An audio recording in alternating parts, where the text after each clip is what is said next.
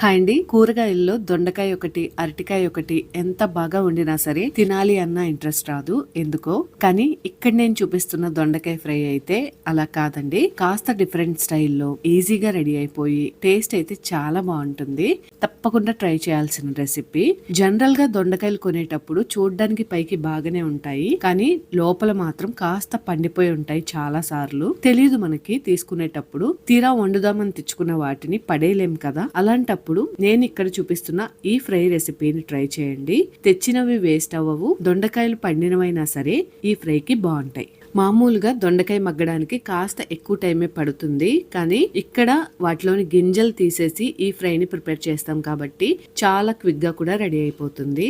General గా దొండకాయ అనగానే అయితే మసాలా వేసి ఇగురు చేస్తూ ఉంటాం, లేదు అంటే ఏ పప్పుతోనో చారుతోనో నంచుకు తినడానికి వీలుగా కొబ్బరి వేసి ఫ్రై చేసుకుంటూ ఉంటాం కదా. అయితే ఇక్కడ నేను అటు కర్రీలా కాకుండా ఇటు ఫ్రైలా కాకుండా రెండింటికి మధ్యస్థంగా ఉండే దొండకాయ ఫ్రైని చేసి చూపిస్తున్నానండి. ఈ ఫ్రైకి చారు పప్పు లాంటివి ఏమీ సైడ్ డిష్ గా అక్కర్లేదు. చక్కగా దీంతోనే మొత్తం అన్నం కలుపుకు తినేసేయచ్చు.